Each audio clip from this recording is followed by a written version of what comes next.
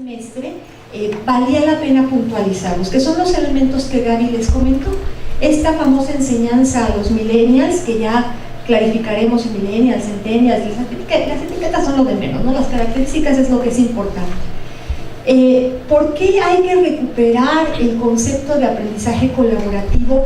Que además tuvimos, si se acuerdan algunos de ustedes hace años, la gran ventaja de trabajar con la doctora Frida Díaz Barriga sobre aprendizaje colaborativo y trabajo por proyectos. Entonces, bueno, no vamos a ponernos a dar estrategias de aprendizaje colaborativo, más bien reflexionemos sobre por qué es importante manejar las dinámicas. Y finalmente, no vamos a hablar de instrumentos de evaluación.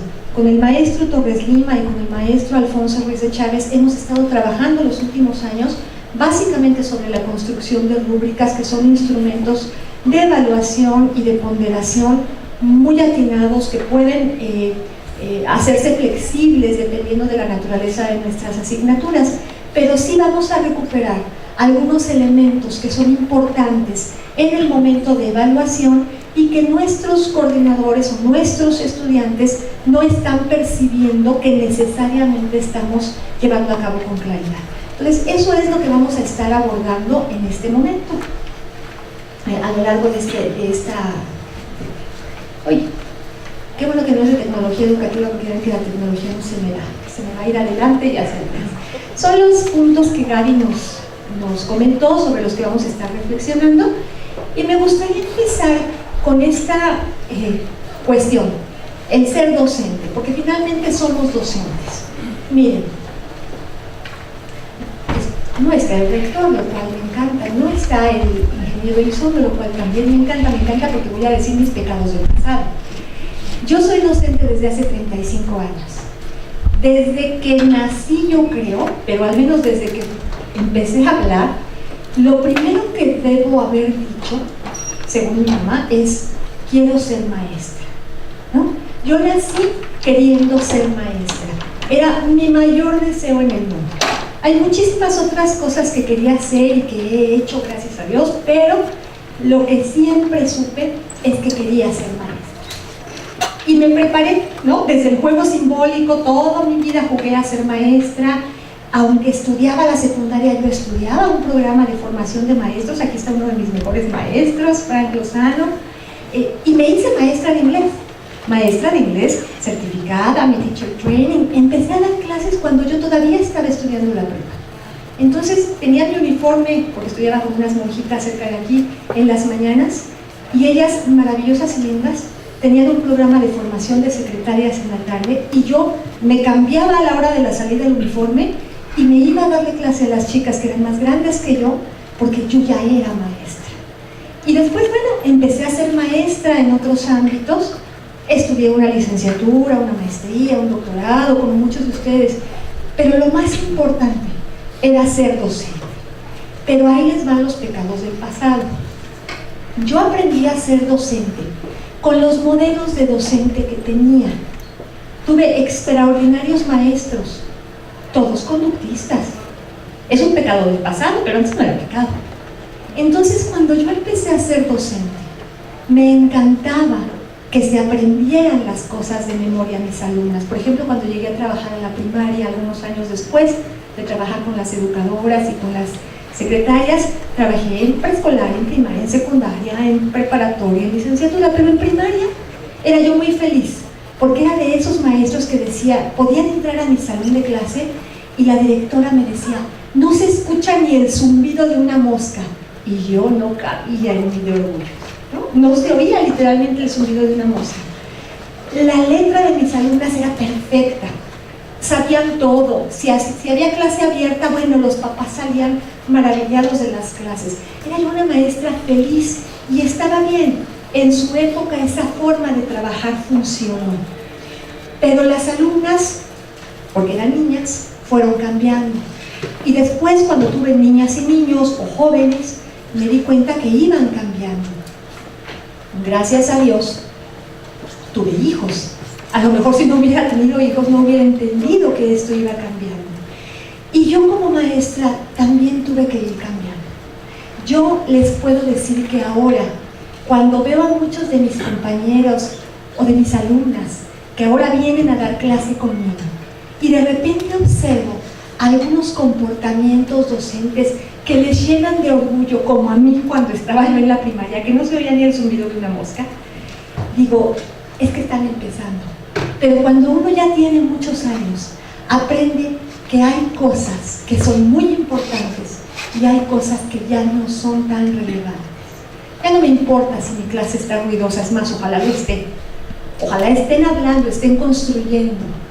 Ya no me importa que se sepan todo de memoria. Hay cosas que van cambiando, que uno va madurando.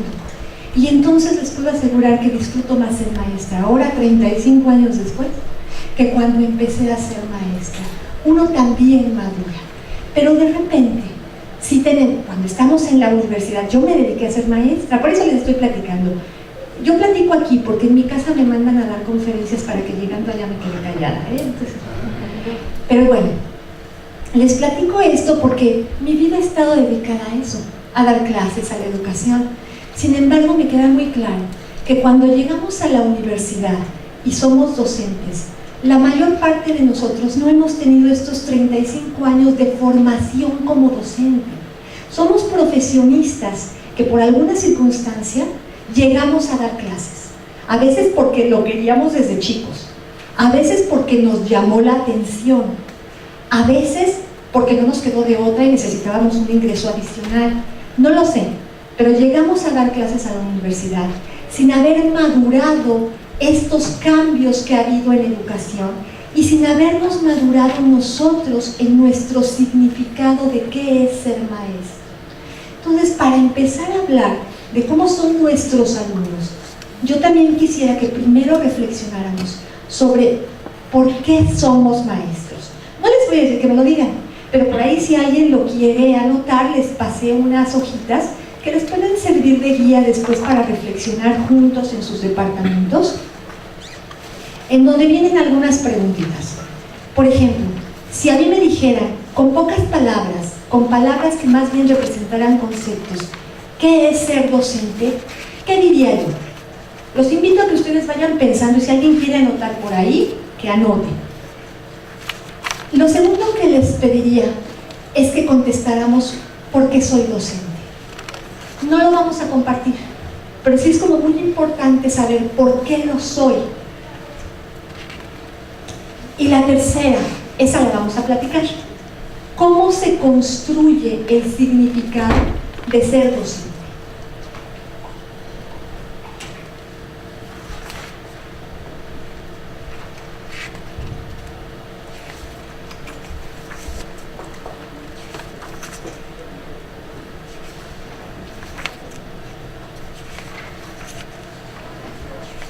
A ver, maestros, compañeros, ¿cómo se construye el significado de ser docente?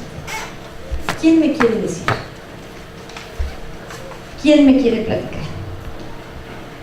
Qué feo que no traigo los lentes de lejos porque no veo las caras, ¿verdad? Yo sí les voy a platicar cómo se construye el significado de ser docente.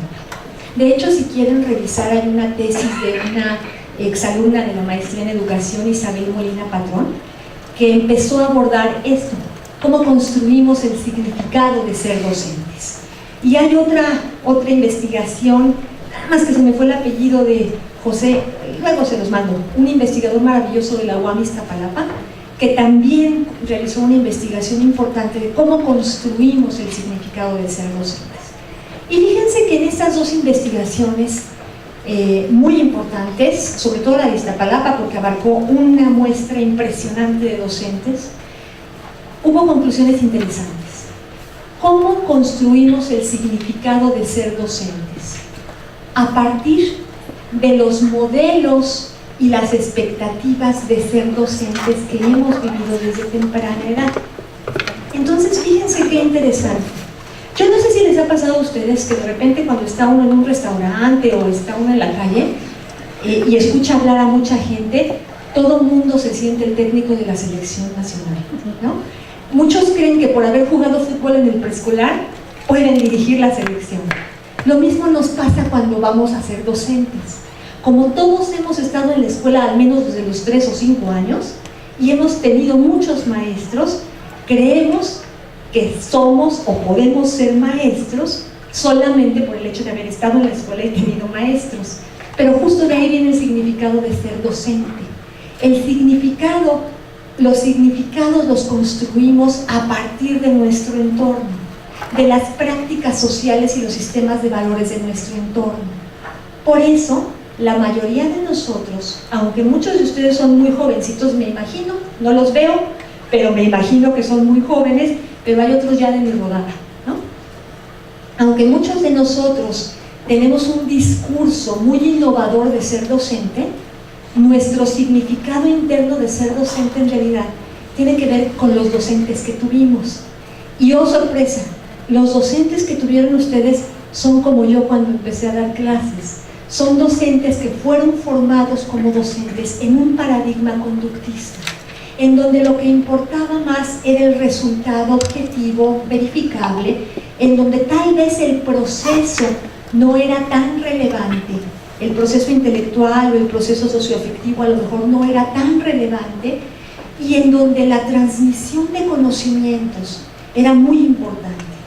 Ese es mucho del significado que la mayoría de los docentes en la actualidad tenemos para ser docentes. Pero además el docente universitario, en los estudios y las investigaciones que se han hecho al respecto, tiene todavía un significado diferente.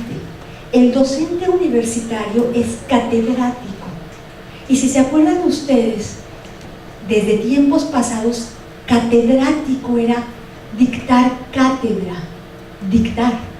¿Por qué? Porque el docente universitario es el más alto nivel jerárquico de los docentes en México. En otros lugares no, es el menos importante, el más importante es el de preescolar, pero aquí no, es el de la universidad, es el catedrático, el que dicta cátedra. Dictar cátedra implica el que posee la verdad absoluta, el que no se puede cuestionar, al que no se le puede cuestionar porque posee la verdad absoluta, pero además al que le interesa muy poco lo que opine el de enfrente, porque va a dictar cátedra. Y entonces, ¿qué evalúa un docente de la universidad? Lo que dictó, la cátedra que dictó, no tanto cómo usas lo que te doy, sino lo que te di. Fíjense qué interesante, no lo que construimos, lo que te di. Entonces, esa parte sí es muy importante que la tengamos en cuenta, porque a nivel de discurso, maestros, hay mucha deseabilidad social. ¿Qué es lo que nos vende la política educativa nacional? No hay que construir con los alumnos, no hay que trabajar para que sepan hacer cosas. Y sí, bueno, ese es el paradigma que hay ahorita en educación, pero cuando uno entra y observa las clases, y me pongo yo misma de ejemplo, si alguien entra, eso me puede estar pasando. Cuando uno entra y observa las clases, se da cuenta que la práctica real no está reflejando este discurso, que en la práctica real la mayor parte de lo que sucede en el aula es dictar cátedra, con variantes, con el retroproyector, o a lo mejor les doy una lectura y hablamos de la lectura, pero finalmente es dictar cátedra. ¿Por qué hay esta incongruencia? ¿Porque somos terriblemente malvados? No, porque no hemos reconstruido el significado de ser docentes. Y entonces nuestra primera reflexión del día es esa. Si nosotros nos estamos enfrentando a una política educativa diferente, que además tiene muchas ventajas, si nos estamos enfrentando a estudiantes diferentes, que ahorita vamos a hablar un poco de ellos, con necesidades diferentes, lo primero que tendríamos que hacer para ser docentes diferentes es reconstruir nuestro significado de ser docente. Y eso viene del trabajo colaborativo con otros docentes. No se construye de una reflexión individual, se construye cuando me reúno con los compañeros, reflexionamos, comentamos, nos apoyamos de las teorías, nos vamos a la práctica y periódicamente estamos haciendo el ejercicio de reflexión, porque con una sesión no basta. Entonces es muy importante esta parte. Ya sabemos cómo se construye y de dónde nos viene nuestro significado de ser docente. nuestra primera tarea será después, tal vez en colegiados, que nosotros podamos hacer sesiones para resignificar nuestra función docente. Eso es como muy importante para nosotros. Ahora, por ahí les dejé en el material, viene una tablita. Igual, no se preocupen, a lo mejor no la vamos a llenar toda, pero les estoy marcando en esa tablita una clasificación de generaciones. No es la única, es la más común. Las generaciones de los últimos años, a decir de la mayoría de los sociólogos, se pudieran agrupar por sus características en 4. Los baby boomers, la generación X, la generación Y, que son los millennials, y todavía para algunas personas los centennials, ¿no? Que son la generación Z. Hay quienes juntan la Y y la Z, pero bueno, no importa. En la tablita que les dejé ahí en las hojas que les fotocopiaron, que les pasamos, vienen los años en los que más o menos estas generaciones nacieron. Más o menos, porque hay varias propuestas, pero esta es la más común. Entonces, me gustaría que le dieran una mirada y trataran de ver si pueden anotar al menos 1 o 2 características para cada una de las generaciones. De acuerdo con los años, piénsenle. Yo sé que a lo mejor algunos son baby boomers, algunos somos de la generación X, tal vez alguno de los maestros ya sea de la generación Y, seguro ninguno es de la Z, no se sientan tan jovencitos, ¿no? Pero bueno, piénsenle, vamos a anotar 1 o 2 características y esas, si quieren algunas las ponemos en común. Sí, maestra. ¿Me pudieras obsequiar un poquito más? ¿Perdón?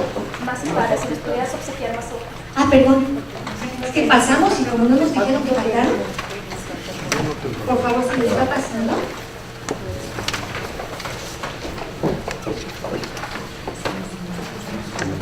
¿Me alcanza? ¿Me ayudaría a pasar las faltas? Sí, ahí les van a ver. Ahí abajo. Acá. Sí.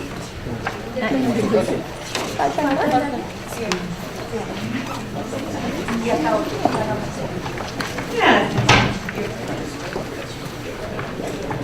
A ver, maestros. ¿Allá? ¿Quién se acuerda de haber leído alguna característica de los baby boomers? Maestro. Pues son los que nacieron después de la Segunda Guerra Mundial, ¿no? Y hubo un boom de babies porque 2 años sin verse. Esa. Un boom Esa es una lógica interesante porque sí es cierto, se llaman baby boomers por este boom de bebés. Muy bien. Pues eso, las generación X son gente más, en general, más de oficina, que trabaja, que tiene una visión más de estabilidad. Y sus hijos, los millennials, son totalmente lo contrario, odian las oficinas, quieren ser libres y vivir la vida. Pero los centennials, que son los hermanos chiquitos de los millennials, se dieron cuenta que ser millennial y tratar de ser libre no es tan rentable. Y ellos ya quieren regresar a las oficinas y buscar una estabilidad. Bueno, en algunas propuestas de los sociólogos esto que está planteando el maestro es una realidad. Otros tienen una posición diferente de esta. Ahorita vamos más o menos a ver algunas características. Pero sí es muy importante, fíjense cómo estamos coexistiendo estas 4 generaciones, ¿no? Yo tengo un hijo millennial y uno centennial. Y el centennial es el alma de Judas, pero bueno, no están aquí para saberlo, yo sí para contarlo. Permítanme desahogar mi frustración, no es cierto. Bien, sí, tiene razón el maestro, somos 4 generaciones diferentes de entrada porque nacimos en periodos históricos muy diferentes. Vamos a pensar un poquito, estos baby boomers, que más o menos fue desde la Segunda Guerra Mundial hasta por ahí de los 60s, ¿no? Principios de los 60s. ¿Qué características tienen estas personas? Sí, maestra. Son muy independientes, les gusta tener capital económico. Eso Fueron es los que crearon las primeras empresas. Los corporativos son los creadores de corporativos, creadores de nuevas ideas en tecnología, son los que empezaron con la era tecnológica. Son los verdaderos creadores de la tecnología, no son los millennials que ellos dicen, es que somos muy tecnológicos y ustedes, generación X, no saben. Lo que no saben ellos es que nosotros somos los que hicimos la tecnología que ellos usan. Nosotros la Esa es la diferencia. Nosotros a lo mejor nos tocó. Generación X nos tocó crearlos. Nos tocó, pero no la usamos muy bien. A ver, esta parte de los baby boomers es muy interesante. Fíjense, salían de la Segunda Guerra Mundial, la mayoría de los países, de un periodo de inestabilidad terrible. ¿Cuál es una de las principales características a nivel sociológico de los baby boomers? Buscan estabilidad. Tere. Tiene una característica que también, bueno, estamos hablando de los baby boomers, que es una población significativa que se da en Estados Unidos. Y por lo tanto es la primera generación que hay un gran número de personas que van a la universidad, y por eso se desarrolla este gran sentido tecnológico. Y entonces lo significativo de los baby boomers, primero tiene es una primera generación que va a la universidad y hay una masa de personas que ingresan al sistema de universidad. Exactamente.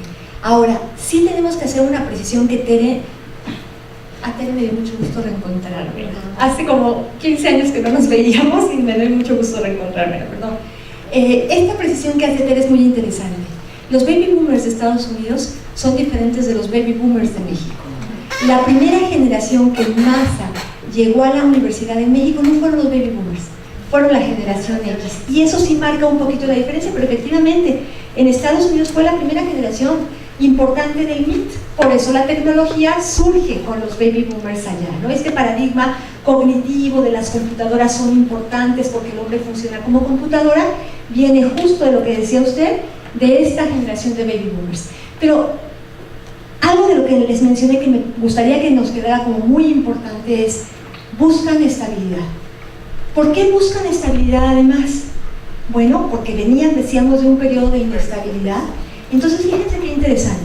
Aunque es la generación de los hippies y de mayor apertura a la diversidad sexual, etcétera, todavía la familia es un valor. Todavía en México, en la generación de los baby boomers, las instituciones y lo que representa la institución son un valor, porque en México, en esta generación, todavía vivimos una época moderna, lo que no pasaba en Europa, pero en México sí. Ahorita vamos a hablar de la modernidad y la posmodernidad. Entonces los baby boomers en México son estas personas que construyeron casas sólidas, familias sólidas, empresas sólidas, que buscaban ingresar a una organización y jubilarse de esa organización y ascender en esa organización y tener bienes. Esa es una característica importante. En México, la generación X pasó lo que en Estados Unidos con los baby boomers. La generación X accedió en masa a las instituciones de educación superior. Entonces, la generación X en México busca el progreso a través de la movilidad social, a través de la formación profesional. Pero además la generación X en nuestro país y en la mayoría de los países de Latinoamérica creció con el tatuaje en la frente de la crisis y la devaluación. Entonces, para la generación X, tener bienes inmuebles, tener cuentas de banco, tener un trabajo sólido es muy importante. Por eso el maestro tan atinadamente decía, es gente de oficina, por supuesto, cuidamos nuestro trabajo, nos morimos en la raya, ¿no? Podemos ser explotados fácilmente porque nos morimos en la raya, no queremos perder nuestra estabilidad porque crecimos en medio de la inestabilidad económica y social. Entonces, nos da mucho miedo López Obrador. Bueno, a mí no, pero bueno, mucha gente sí, ¿no? Entonces, ¿por qué? Pues porque sería darle en la torre a esa estabilidad, regresar a la parte de crisis de nuestra infancia. Entonces, fíjense qué interesante. Es una generación que todavía tiene algunos elementos de estabilidad. Les tocó el New Age, sin embargo, el pensamiento espiritual es muy importante. La mayoría, aunque no lo reconozca, incluso se siente afiliado a una religión, aunque no la practique. La mayoría todavía tiene un sistema de valores establecido. Por eso le genera tanto conflicto el sistema de valores que venden los medios de comunicación. Fíjense, yo soy de la generación X. Ya les dije que tengo muchos años. No. Bueno, soy de la generación X. Crecí con una familia tradicional. Esos son mis valores. Yo me imaginaba que la mamá era mamá, ¿no? Que la mamá criaba a los hijos, que había ciertos lineamientos de conducta, pero después me tocaron los programas, las novelas, etcétera, en donde eso no era cierto. Me tocó la crisis en donde finalmente, si yo no trabajaba, no había el suficiente dinero en la casa, aunque mi esposo trabajara. Entonces cambiaron los roles.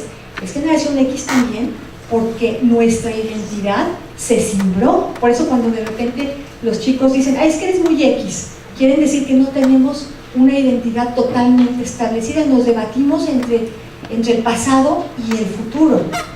Pero fíjense qué interesante es esto. La mayoría de los papás de sus alumnos son de la generación X. ¿Qué quiere decir esto? Que si nos hemos estado debatiendo entre lo que debe ser y lo que es, entonces nuestros chicos no tienen un sistema de valores definido claramente. Entonces nuestros chicos no tienen límites que les ayuden a autorregularse, porque nosotros mismos como papás no se los dimos. Si a mí mi mamá me daba una nalgada, nunca me hubiera pasado por aquí decirle, te voy a acusar con los derechos humanos. Pero ahora yo les digo a mis alumnas, prohibido llevar a los pacientes de la clínica al baño a ustedes, porque yo no sé si alguno de los niñitos va a decir, abusó de mí. ¿Se fijan? Y entonces les andan quitando la cédula profesional. Entonces fíjense qué terrible. Ahora, vamos a pensar, dijimos que la generación X salimos a trabajar. Entonces, imagínense, salimos a trabajar con el sentimiento de culpa de tener que salir y dejar a los hijos. Estoy hablando, por ejemplo, de las mamás. Y el papá, el sentimiento de culpa de que la mamá tiene que salir para aportar. Entonces, imagínense que un día llego de trabajar, cansadísima, agotada, y mi hijo sale con un vaso de leche, se tropieza, rompe el vaso y yo le doy un coscorrón o le digo de lo que se va a morir. Y al día siguiente no hubo tráfico, me subieron el sueldo, no hubo manifestaciones. Llego, sale mi hijo con el vaso de leche, rompe el vaso, yo le digo, no pasa nada, mi amor. ¿Qué le pasa al pobre? No sabe qué esperar cuando llegue su mamá. ¿Estamos de acuerdo? Entonces, fíjense qué interesante es esto. Sus alumnos han sido criados por estos papás pobres. O sea, yo cuando doy estas conferencias y algunas otras, llego a mi casa y abrazo a mis hijos, a mi millennial y a mi centennial, y digo, pobres hijos, ¿cómo viven a pesar de su madre? ¿No? Pero bueno, y a mis alumnas más, porque estas son las cosas que me han hecho pensar, pobres de mis alumnas. Imagínense, tienen una maestra medio neurótica. Digo, ahorita ya por los años puedo decirles eso, niñas, y se aguantan porque tengo neurosis, ¿no? Bien. La generación Y, ¿quién me platica de los millennials? Oye, hay un montón de cosas que decir de los millennials. Nos caen gordos, no me siento. ¿Qué somos millennials? Precisamente a consecuencia de nosotros papás generación X.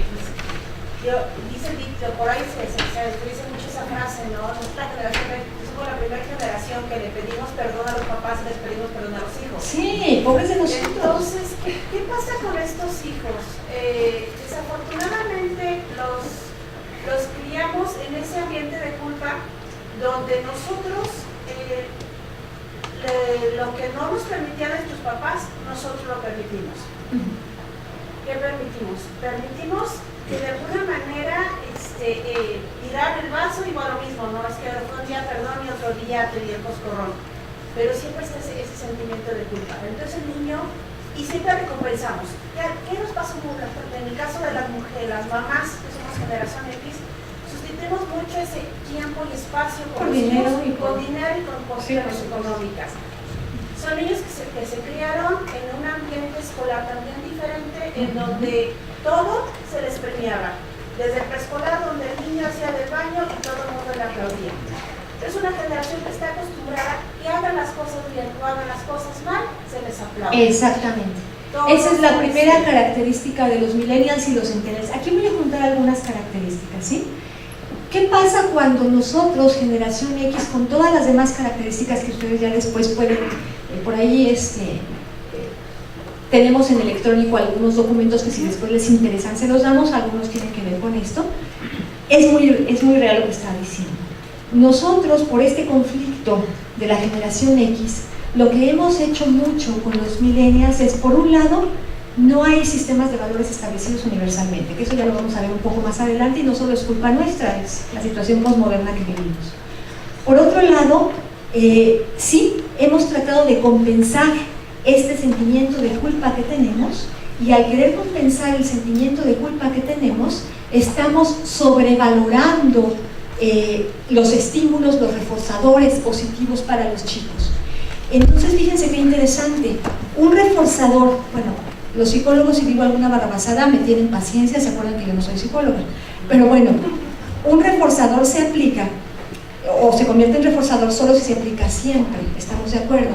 Entonces, bueno, si yo aplico un reforzador positivo es porque se presenta siempre la conducta esperada. Pero ¿qué está pasando con nosotros?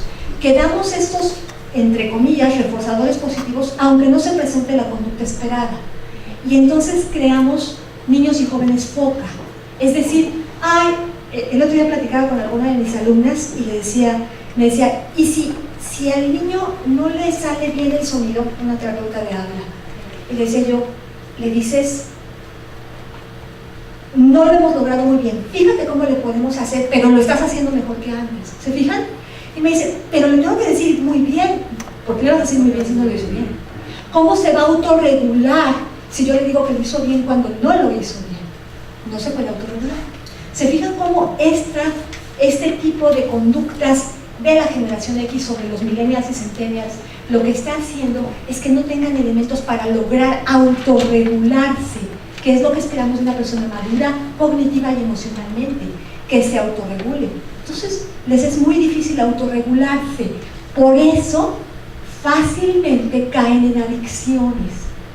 Y una de las adicciones importantes, más que de los millennials, de los centennials, es la tecnología, porque la tecnología ahora es un valor, pero usada irracionalmente en realidad es una adicción, y en realidad ahí ya no es positivo. Entonces, fíjense qué interesante, sí, generamos falta de autocontrol. ¿Qué otra cosa caracteriza a los millennials? Fíjense, algunos sociólogos sí hacen la diferencia entre millennials y centennials. Los millennials, de acuerdo con la mayoría de los sociólogos, ya no son nuestros alumnos, son los que están saliendo. Son alumnos en donde la tecnología es importante, pero no nacieron con las redes sociales. Entonces las usan, pero todavía no caen tan fácilmente en la adicción al uso de las redes sociales. Sí usan la computadora, pero tampoco les genera problema buscar en libros. Sí miran programas por internet, sí miran a los youtubers, pero no son fans de los youtubers. Sí buscan información en Google, pero no se compran solamente la verdad en Google. Entonces sí son chicos más tecnologizados, en donde la parte de la libertad es muy importante, se enojan contra lo que es imposición. ¿Por qué se enojan contra lo que es imposición? Porque les enseñamos que no les podemos imponer. Tienen poca tolerancia a la frustración porque todo se los estamos dando. Sin embargo, todavía tienen cierto autocontrol, porque acuérdense que los X damos bandazos, a veces sí y a veces no. Y entonces estos millennials todavía de repente tienen cierto autocontrol, ¿no? Pero los centennials ya no. Los centennials, que son los que nos están llegando a los salones de clase, esos ya nacieron con las redes sociales, nacieron con un significado diferente de la comunicación, de la amistad, de las relaciones personales, del aprendizaje, de la vida en general. Yo ahorita mi obligación es poner todo lo feo. Hay cosas buenas, pero pues las cosas buenas no son nuestro objetivo aquí. Las cosas feas son buenas porque son las que nos generan problemas a largo plazo, ¿no? Entonces, vamos a pensar, me voy a adelantar tantito a una diapositiva porque voy a juntar un poco esto de las generaciones Y y Z. Los millennials y los centennials Los dos son hijitos de la posmodernidad. La posmodernidad es un término que usamos a diestra y siniestra, ¿no? Pero vamos a ver un poco qué es en México la modernidad y la posmodernidad, porque eso es muy importante para entender a nuestros chicos. La modernidad en México termina hasta por ahí de la década de los 70. En otros países terminó en los 50, terminando la Segunda Guerra Mundial. ¿Qué es la modernidad? A ver, es una época histórica. Algunos dicen que empezó en el Renacimiento, otros que en la Ilustración. No nos peleemos con eso. Lo importante de la modernidad es que es una época en la que existían grandes mitos, grandes relatos unificadores que nos permitían a la mayoría de la población, al menos la occidental, entender el mundo de la misma manera o de maneras muy parecidas. El primer gran mito, el primer gran relato de la modernidad es el hombre es un ser racional. Y alrededor de ese gran relato, nosotros establecimos todo un sistema de valores. La razón es el valor más importante en la modernidad. Pero entonces fíjense qué interesante. Voy a hablar de México. Esto pasa en muchos países, pero es nuestra característica en México. Y en muchos países latinoamericanos. La razón es el valor más importante, porque el gran mito de la modernidad, con ese empezó, es el hombre es un ser racional. Pero en países muy religiosos, independientemente de qué religión, ¿quién creó al hombre? Dios, como se llame. Dios, Buda, Jehová, Yahvé, como se llame. Dios lo creó. Si Él lo creó, él o ella o como sea, entonces es más racional que el hombre. Entonces lo que represente a Dios tiene más valor que la razón, porque no hay nada más racional que Dios. ¿Se fijan cómo el tener un sistema de valores nos ayuda a construir significados y las prácticas sociales vienen de ahí? Por eso nuestros pueblos, ¿qué pasaba en las películas de la época de oro? El más importante del pueblo era el cura. ¿Se acuerdan? ¿Por qué seguimos a Hidalgo? Ya no era cura, pero creyendo que era cura, todo el mundo va atrás de él, ¿no? Entonces, ¿por qué es importante el cura? Porque es el más racional, porque representa a Dios. Bueno, luego dijimos, Dios crea al hombre, y el hombre es un ser racional. Y malamente los hombres, varones, pensaron, pues la mujer no es varón, ¿no? Entonces la mujer no es tan racional. En la escala de valores, ¿quién estaba arriba en la modernidad? El varón. Por eso nosotras ni poseíamos cosas, ni votábamos y nos apellidábamos como el marido.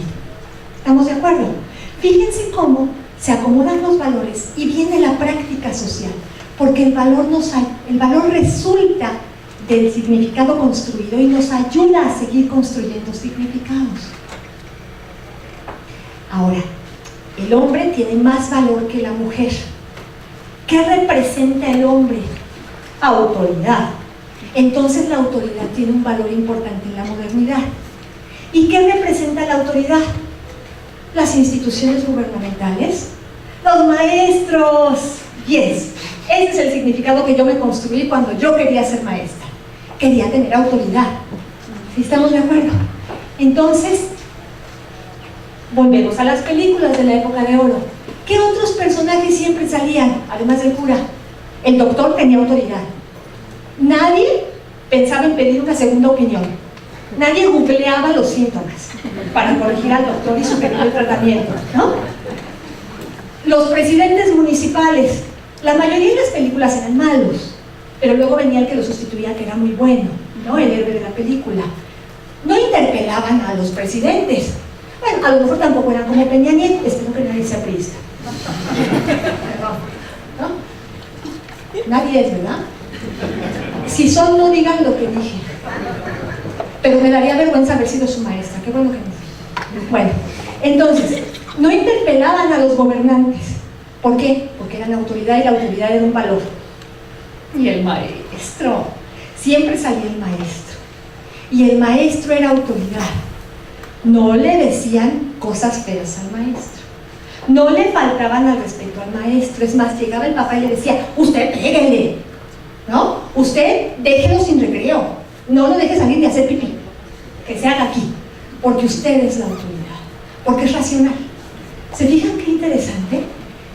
Ese es el significado de ser docente de muchos, porque ese es el significado de la modernidad, y en México la modernidad duró hasta los 70s, es decir, cuando yo me formé como maestra, cuando la mayoría de sus maestros se formaron como maestros. Entonces es muy interesante mirar esto para empezar a entender por qué éramos y funcionábamos de alguna manera. Pero ¿qué pasa en la Segunda Guerra Mundial? Que en México, como no la vivimos, nos llegó después, de refilón. ¿Qué pasa en la Segunda Guerra Mundial? Le damos en la torre a los mitos unificadores. El primer mito que le dimos en la torre fue: el hombre es un ser racional. ¿Cómo es un ser racional si mató a los demás? Si las bombas de Hiroshima y Nagasaki, si el holocausto nazi, si los bombardeos. ¿Cómo le dimos ese poder a alguien si somos racionales? Entonces se rompe. El hombre no es un ser racional. Dios, ¿cómo permitiste eso? Se muere Dios. Ya lo dijo Nietzsche. Se muere Dios. No se muere Dios, el concepto de Dios, se muere el Dios como relato unificador de ser racional. ¿El hombre es el que tiene más autoridad? Pues el hombre se estaba muriendo en Europa, las que sacaban adelante la casa eran las mujeres. Entonces se muere el hombre como proveedor, como gente de más valor que la mujer, como persona capaz de desempeñarse laboralmente. Se muere la autoridad. Ya no hay autoridad, la autoridad ya no es un valor. Y le dimos el apoyo a los maestros, ¿no? Porque finalmente, si la autoridad ya no es un valor importante, entonces el que yo esgrima mi autoridad con los alumnos, pues ya no funciona. ¿Estamos de acuerdo? Bien, nuestros alumnos, millennials y centennials, nacieron en esta condición posmoderna. En México ya estábamos en la posmodernidad cuando ellos nacieron. Algunas de las características importantes de la posmodernidad las debemos tomar en cuenta. No quiere decir que nos encanten y vivamos con ellas, pero sí que si las tomamos en cuenta, podemos nosotros ser más comprensivos y adecuar nuestra forma de ser docentes y también ayudarlos a cambiar si esta realidad no nos gusta. Por ahí les voy a recomendar, seguro ya lo leyeron, pero vuélvanlo a leer. Ojalá recuperen el libro de ensayos sobre la ceguera. Es el texto clásico de la posmodernidad, por excelencia. Pero bueno, regresamos a estas características de la posmodernidad. Se murieron los grandes relatos. ¿Qué quiere decir esto? Ya no hay un sistema de valores unificador, hay muchos sistemas de valores. Por eso hay mucho relativismo. Y por eso los alumnos nos dicen, bueno, para usted es importante. Para mí no. Y a ver, díganles que tiene que ser igualmente importante. Bueno, justifíqueme la inasistencia, me voy de viaje. Pero no es tan relevante. Para mí sí. A ver, se la justificó a Mariana, ¿no? La Mariana le dio hepatitis. ¿Y qué? Así como importante es su enfermedad, importante es mi viaje. ¿Por qué? Porque ya no hay una jerarquía de valores universalmente definida, ¿no? Eso es terrible. Pero bueno. Hay un desplazamiento de los valores. Les voy a contar una anécdota. Híjole, yo sé que podríamos hacer un programa que se llamara Maestros de la UDLA, Casos de la Vida Real. O La Rosa de Guadalupe, UDLA, ¿no? Les voy a contar un ejemplo, pero como estos, seguro tienen ustedes muchos, nosotros muchos. Hace algunos años, perdón, me da mucha risa nada más de acordarme. Hace algunos años llegué a la universidad. Más me tardé en salir del coche que en correr a buscarme todo el mundo. Los oficiales, el ingeniero Cervantes, como preparándome. Maestra, maestra, afuera de su oficina está una bruja maldita, ¿no? Entonces yo dije, chin, mi escoba, ¿no? No era yo, era otra. Entonces, era una mamá de una de mis alumnas, de una de mis mejores alumnas, de la más aplicadilla, de la más decente. Entonces yo dije, qué miedo eran las brujas. Si pude con los papás de la primaria, bueno, pues ahí sube María Eugenia muy valiente y se encuentra la mamá. con el papá, sin la alumna. Y antes de entrar ya me estaba gritando, ¿no? Oiga, usted, es que la vine a buscar y no estaba. Entró a las 8. Bueno, es que la maestra X odia a mi hija. Yo ya sabía lo que había pasado, ¿no? Y entonces me quedé pensando. Entonces dije, mire, no sé si la odia o no, ¿para qué le miento? ¿No? Si la odia o no, no lo sé, yo no estoy en el corazón de la maestra. Pero si su alumna hubiera hecho en mi clase lo que hizo en la clase de la maestra, yo sí la odiaba, ¿no? La maestra estaba impartiendo su clase, dictando cátedra además, ¿no? Y la alumna linda, maravillosa, saca su barniz y se empieza a pintar las uñas. Y la maestra le dice, primero se le queda viendo. Yo sé que usted no lo hace, ¿no? Si lo hiciera, cuidado. Se le queda viendo así la maestra, ¿no? Y la alumna pintándose las uñas. ¿Qué haces? No voy a decir el nombre de la alumna. ¿De qué? Salte de la clase. ¿Por qué no voy a salir de la clase? Chaparrita, te estás pintando las uñas en mi clase. Pero te estoy poniendo atención. Órale, pero me estás faltando al respeto. Esto no es faltarte al respeto. Salte de la clase. Y bueno, fue cuando al día siguiente llegó la mamá conmigo, ¿no? Entonces, yo le decía a la mamá, mire, la mamá me decía, generación X la mamá, ¿no? Me decía la mamá, bueno, el primero que odiaba a la maestra, a la niña, pues no lo sé, igual y sí, igual y no, no lo sé. Ya que le dije que yo la odiaría, yo creo que me miró con ganas de matarme. Pero después le dije, a ver, señora, mire, el que la chica saque el barniz y se ponga a pintar las uñas, se percibe como falta de respeto. Para quienes saben de terapia breve, eso es interesante porque con el lenguaje normalizamos. Yo ya no me enrolé en, ¿es una falta de respeto o no?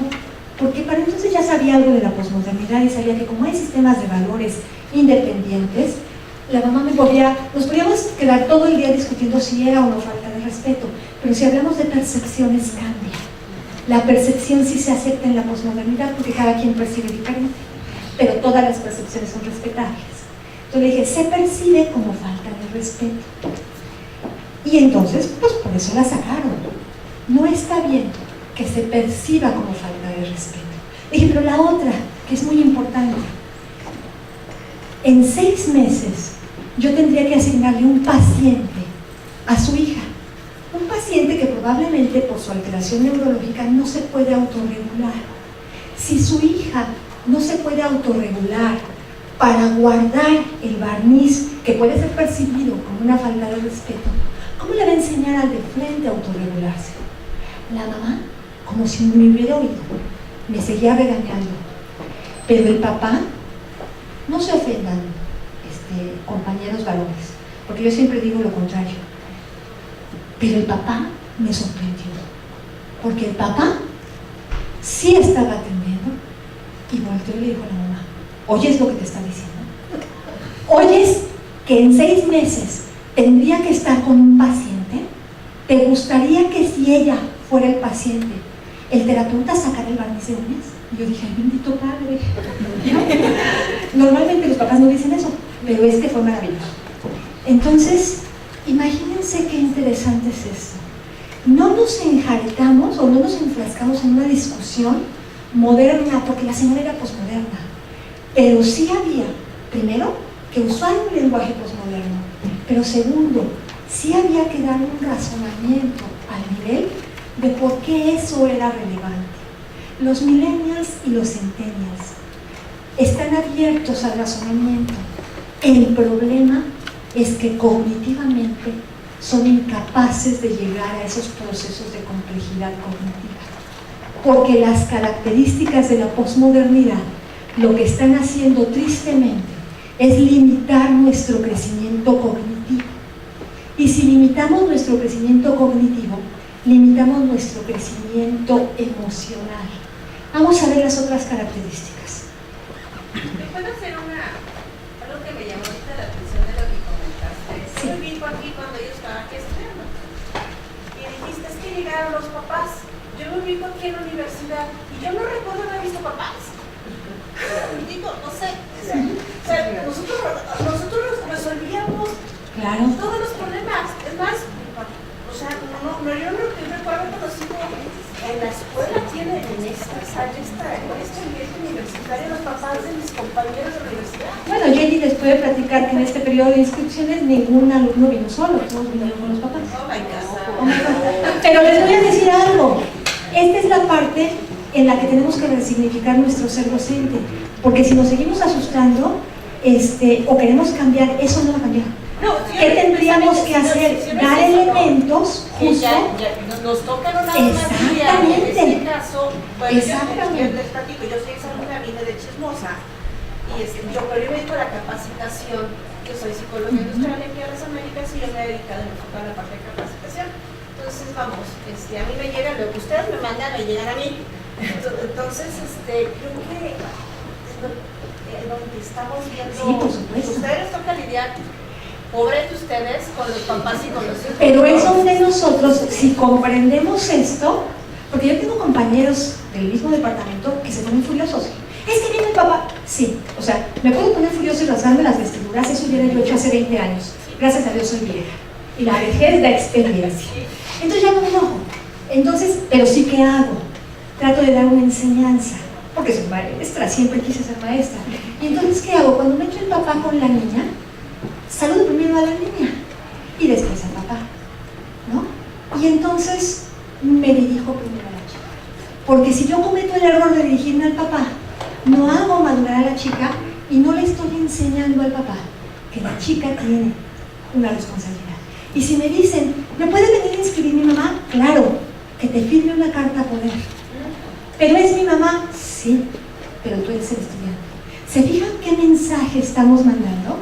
No te estoy sacando de la escuela, ya sé que en la posmodernidad vas a estar adentro. Porque esta sobreprotección a los chicos es una característica de esa generación. Sí, me ha tocado que lleguen a la empresa con los papás. Sí, claro. Perdón, es a mí me han hablado los esposos para pedirme justificación de inasistencia. Sí, bueno, ahorita le doy la palabra, maestra. Ahorita que dices que me toca a mí, pues sí, yo recibo a los alumnos en la inscripción, pero desde antes para dar informes, un poco para ilustrar esto que tú estás comentándoles. Los chicos hoy llegan a pedir informes, ¿no? A pedir pues, información de la licenciatura, de la escuela, etc. Y llegan, no nada más con el papá y la mamá, llegan con la abuelita, el abuelito, el primo, el tío y el bebé. O sea, llega en verdad toda la familia, llegan, cruzan la puerta y pues en verdad, la primera vez que lo hice fue pues de una forma pues muy casual y lo primero que hice fue ¿quién es el interesado? O la interesada. Yo trabajé aquí en la universidad haciendo lo mismo que tú, jamás me tocó ver un papá. No, a mí, yo también lo hice hace 20 años y no, tampoco me tocó. Pero hoy es lo que está pasando y sí creo que tenemos que tener como esas herramientas. Pues llega toda la familia, pregunto, ¿quién es el interesado o la interesada? En ese momento, sí hay un pasito para atrás y por parte del chico o la chica que vienen, sí es como, uy, ¿soy yo?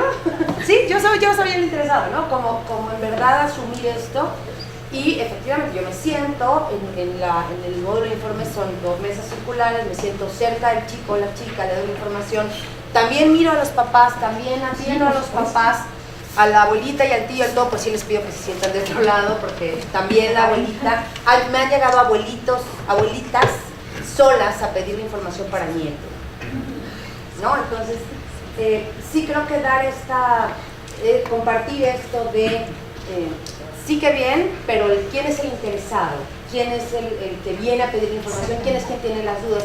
Y en ese momento los papás pueden ceder un poquito, pero sí, finalmente, o sea, y dudas, los niños no tienen dudas, y los papás todas. Sí. Pero fíjense qué interesante lo que dice Jenny. El chiste de esto es que no tenemos que entrar en conflicto, no tenemos que engancharnos, no tenemos que luchar con esta realidad. Tenemos que usar y dar mediación. ¿Qué es mediar? La ayuda que necesita el de enfrente, la medida que necesita. A lo mejor uno necesita muchísima, se la voy quitando. A lo mejor otro necesita poquita. Pero no puedo pensar en ser docente como cuando conmigo eran docentes, porque la realidad es diferente. Maestra. Sí, justamente yo creo que viene hasta desde la resignificación del término, ¿sí? Porque, bueno, también tengo yo la posibilidad de coordino una carrera en otra institución y efectivamente me han llegado alumnos con papá, abuelito y si pudieran hasta con la mascota vendrían, ¿no? Sí, no se llega. Pero a mí llegan lo con la primero mascota. que me llama la atención Sí llegan con mascota. Ajá. Es con la manera en la que el mismo papá se refiere al hijo, ¿no? Es que mi niña viene a preguntar tal cosa y mi niña viene a preguntar tal cosa y la niña ya tiene 19 años, la niña tiene 20 años. Entonces, efectivamente es, sí, la señorita, ¿qué se te ofrece? Voltear, vaya, perdónenme la expresión tan coloquial, le volteamos el tablero y el papá también de momento lo capta, ¿no? Es que, ¿cuál niña? Y en un momentito lo comentábamos la maestra y yo, pues cuestiones generacionales, a nosotros ya nos tocó ir a hacer los trámites, si no es que desde la secundaria, ya la preparatoria solitos, y nos perdimos, bueno, yo que soy de la UNAM, me perdí en la avenida de Laimán, por poco no llego, y ahora ya se hacen los trámites en línea, ¿no? Ya no, y no llenes la hoja con alveolos si te equivocas porque ya perdiste el proceso de inscripción y demás. Pero efectivamente viene desde cómo nos expresamos con ellos, ¿no? La niña a los 20 años. Porque fíjense que las prácticas sociales y el lenguaje que representa esta práctica social tiene que ver con nuestros significados construidos exactamente. Por eso es tan importante mirar, observar el lenguaje y a partir del lenguaje hacer esos cambios, ¿no?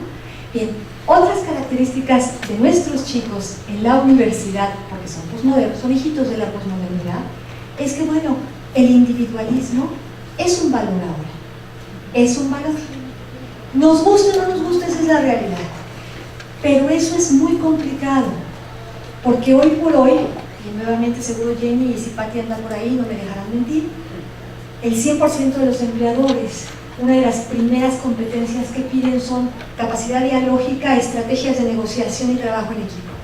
Pero si el individualismo es un valor y nadie me ha enseñado, porque eso se aprende, nadie me ha enseñado a trabajar en equipo, y por eso lo de trabajo colaborativo, entonces, ¿cómo lo voy a hacer cuando llegue a la empresa? Por eso los centennials, bueno, los centennials todavía no trabajan, pero por eso los millennials no tienen tanta estabilidad laboral. Primero por la crisis, pero segundo porque no tienen las competencias necesarias, o porque se frustran porque no las tienen, aunque no quieren reconocer que se frustran porque no saben cómo trabajar. Pero nadie les enseña. Ahorita llegaremos a eso. El individualismo es un valor. Otra vez que lean ensayos sobre eso. Es un valor tan firmemente arraigado en la posmodernidad que el otro no existe. Y esto lo voy a aunar con que la realidad virtual también es un valor. Todavía eso acentúa más que el otro no existe. Por eso puedo matar 10 veces a uno en el juego, y si salgo y lo mato 10 veces no pasa nada, porque en realidad el otro no existe, es virtual, el otro no existe. Si el otro no existe, ¿cómo quiero que me respeten como maestro? Primero, ya no soy autoridad. Segundo, no existo, ¿no? Por eso me puedo sacar el barniz de uñas, pero de mí depende si me lo tomo personal, me rasgo las vestiduras, me corto las venas, no le vaya a importar al alumno, porque no existo. ¿Se fijan qué interesante? Entonces, si yo quiero cambiar la realidad en el aula, desde mi trabajo como docente de la universidad, tengo que hacer lo que hacían las educadoras en preescolar. Enseñarle a mis chicos que el otro existe, que si el otro existe, merece respeto, es digno de ser escuchado, puedo colaborar con él, podemos hacer un juego juntos. Eso pasaba en preescolar. Ese es parte del ser docente en la universidad, en la preparatoria, en la secundaria. Y si eso no queremos, entonces estamos mal nosotros, porque las generaciones ya cambiaron. Y la persona más sabia de México para mí, Cristina Pacheco, diría, aquí nos tocó vivir. Y con esto que tengo que salir adelante y tengo que hacer que estos de enfrente salgan adelante, porque si asumo que nadie me está obligando a ser docente, que muero como yo moría por ser docente, mal haría en no intentar hasta el final cambiar la realidad, pero no pelearme con ella. El desarrollo tecnológico es un valor, pero ojo, una cosa es que sea un valor y otra cosa que sea una adicción. El valor nos permite incorporarla a prácticas educativas. El valor hace que sea necesaria para muchas cosas. La adicción, no, porque la adicción es irracional. La adicción no argumenta, no razona, no analiza. La adicción genera estancamiento cognitivo. Entonces es muy importante diferenciar. ¿Podemos o no pelearnos con la tecnología en el aula? ¿De qué depende? De que yo, que soy el más capaz en ese momento que los enfrente, pueda organizar racionalmente cómo se usa, cuándo, para qué. Y poner límites sin pelear, que ahorita más adelante vamos a hablar de eso, ¿no? Entonces, estas características y estas otras son la realidad de la posmodernidad, son la realidad de nuestros alumnos. Están muy globalizados, pero no salen de sus cuartos. Esa es la dicotomía global-local, ¿no? Estamos muy globalizados, pero no salimos de nuestros cuartos. Entramos a muchísimas páginas de internet, pero le creemos a Wikipedia, ¿no? Bueno, ya los centennials no le creen a Wikipedia, pero bueno, está bien. La sociedad es disciplinaria y de control, pero como el otro no existe, en realidad no nos importa el control. Sí nos controlan de afuera, pero no nos damos cuenta de cómo nos controlan. Es muy interesante. Foucault, un filósofo posmoderno, describió esta estructura carcelaria. Y era muy interesante. Fíjense, esta es la torre de control. No hay nadie ahí. Pero los presos se portan bien porque creen que hay alguien. Si yo creo que me espían mis llamadas por celular, empiezo a cuidarme, salvo si soy político, porque los políticos todavía razonan menos. Entonces, de todas formas no se cuidan, ¿no? De todas formas siguen diciendo tarugadas. Pero bueno, nadie es político, ¿verdad? Es una sociedad del espectáculo. Por eso nos encanta lo que sea viral. No importa si es cierto o no. Las noticias, criticamos a todos los de las noticias. Televisa, fuchi, son unos mentirosos. Seguramente es medio Televisa. Todo lo que diga yo mal dicho, perdónenme. Perdónenme, es producto de la ignorancia. TV Azteca, igual, fuchi. Radio Centro, igual, fuchi. Todo es muy mal. Los criticamos. Lo que es cierto es lo viral. Uy, pasó el filtro más grande de la veracidad. Comprobamos la fuente, pero fíjense, ¿por qué? Porque lo viral es espectacular. Los millennials empezaron con los reality shows. Ahora ya no hay reality shows, hay cámara todo el tiempo, hay youtubers desde su casa, no hay gamers que me platican cómo están jugando. Bueno, eso. La sociedad del consumo. El consumo es importante, no solo comprar. Los centennials ya casi no compran, porque la realidad es virtual, no tienen que comprar. Pero el consumo se refiere al satisfactorio inmediato. Si yo quiero el satisfactorio inmediato, quiero ver la tele, bueno, ya no hay tele, quiero ver esta película ahorita, Netflix, no está en Netflix, bueno, por un portal de internet. Quiero saber qué está pasando en este momento, entonces en este momento me conecto, en este momento tuiteo, en este momento chateo. ¿Qué está pasando?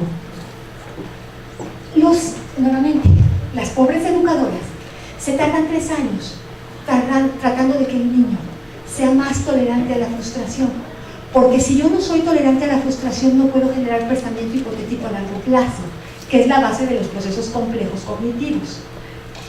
¿Y qué nosotros ya estamos haciendo ahorita con el abuso de la tecnología? Justo generando menos tolerancia a la frustración. No somos pacientes, no queremos esperar. Es ahorita, ya, en este momento, si no hago berrinche y si no funciona, se va. Y si no se puede aplicar ahorita, en este momento, no sirve. Entonces que yo le diga a alguien, mira, es que lo que estás aprendiendo ahorita en primer semestre lo vas a ocupar en las prácticas. Perdón, cognitivamente no lo pueden ver. Me van a decir que sí, pero cognitivamente no lo están entendiendo. Es como el burrito de Shrek. ¿Ya llegamos? ¿Ya merito? Ya merito. El ya merito es inmediato, concreto. No entiende que el ya merito puede tener la connotación de en 5 horas, ¿no? Porque no hay pensamiento a largo plazo. Entonces, ojo, las consecuencias a largo plazo No existe, ¿no? Te voy a reprobar al final, cognitivamente ni siquiera sé cuándo es el final, ¿no? Entonces esa parte es muy importante. Hay un mito muy interesante de los hijitos de la posmodernidad. Este mito muy interesante de los hijitos de la posmodernidad es que gracias a todo esto somos multitask, ¿no? Y entonces podemos hacer todo. ¿A poco no les pasa que les dicen, ay, ¿por qué se enoja? Como la niña del barrio de uñas, ¿no? Si lo estoy atendiendo, no importa que tenga 10 pantallas afuera. Sí, somos multitask, podemos hacer muchas cosas, pero no todas las cosas al mismo nivel de complejidad cognitiva. Y acuérdense que la cognición, la inteligencia, determina la maduración emocional. Si yo estoy cognitivamente limitado, funciono más bajito de lo esperado y no discapacidad intelectual, solamente no llego a procesos cognitivos complejos, no llego a procesos socioafectivos complejos, no me comprometo a largo plazo porque el largo plazo no existe, no tomo la perspectiva del otro, no puedo establecer verdaderas relaciones de empatía. Entonces fíjense qué interesante lo que está pasando. Si yo hago muchas cosas, algunas de las cosas que hago son ya automatizadas. Cuando uno aprende a manejar, no sé ustedes, pero yo sí, cuando aprendí a manejar no quería prender el radio, no abría la ventana, no me movía. Si alguien iba sentado junto a mí, lo pasaba al asiento de atrás y decía, no respires, no comas, nada, porque voy muy concentrada, porque estoy poniendo toda mi atención en estas habilidades y destrezas que necesito. Pero una vez que lo dominé, voy oyendo el radio, comparto la música con el vecino, regaño a los hijos, hasta me doy el lujo de comer, no de textear, ¿no? Pero bueno, entonces, ¿qué pasa? En algún momento esa tarea, que fue muy compleja cognitivamente, ya no representó un reto cognitivo y mi cerebro ya la puede llevar a cabo como una cuestión de supervivencia, como la digestión, casi de manera involuntaria. Entonces ya puedo hacer varias cosas al mismo tiempo. Puedo ir escuchando un análisis político, sí, claro, pero ¿a dónde se va a ir la mayor cantidad de energía de mi cerebro? A la cuestión de supervivencia.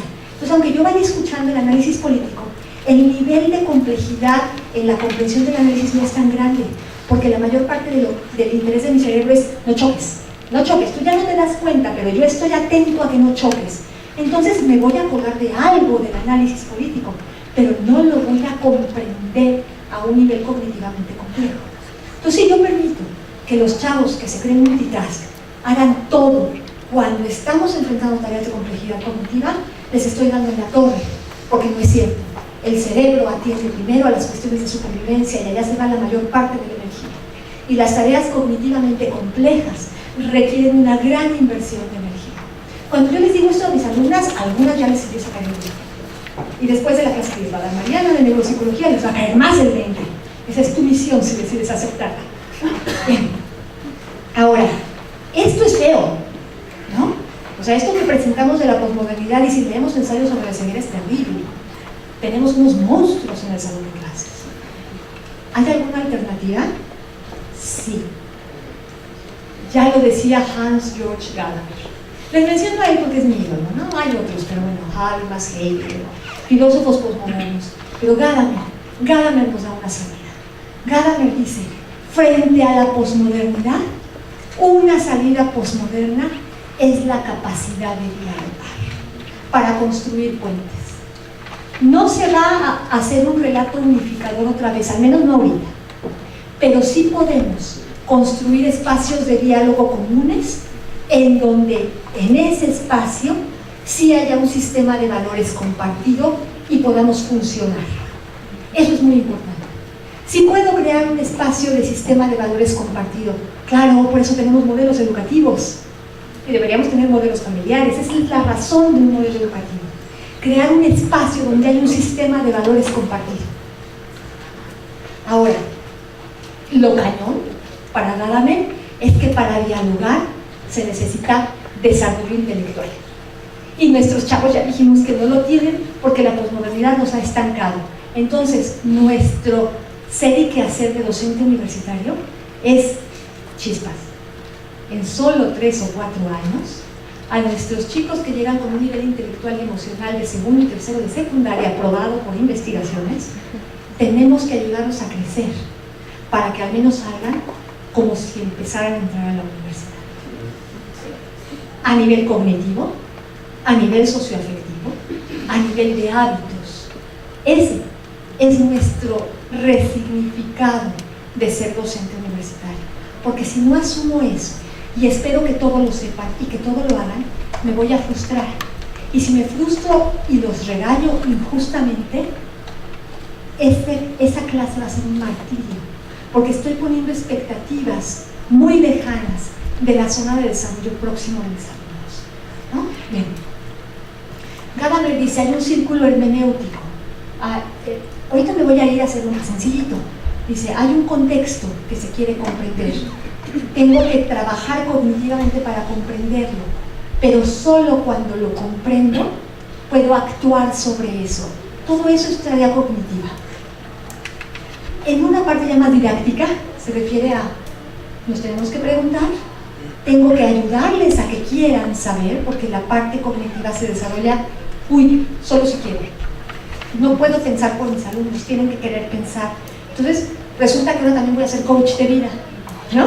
El docente universitario también tiene que decir, yes, viva la vida, la meta del planeta es saber pensar, venderles la idea de que pueden pensar, de que es padre pensar, de que pueden desconectarse y aún así vivir, ¿no? Bueno, respiran. Yo a veces cuando veo a algunos alumnos conectados a todo, pienso en la terapia intensiva. Y digo, bueno, pero todavía hay esperanza, respiran. ¿No? O sea, malo si no respiran. Pero bueno, y también tienen que saber que no saben. Entonces, en resumen, ¿qué hacemos? Ayudarlos a pensar a través del diálogo. O sea, no de los conflictos, ¿no? Bien.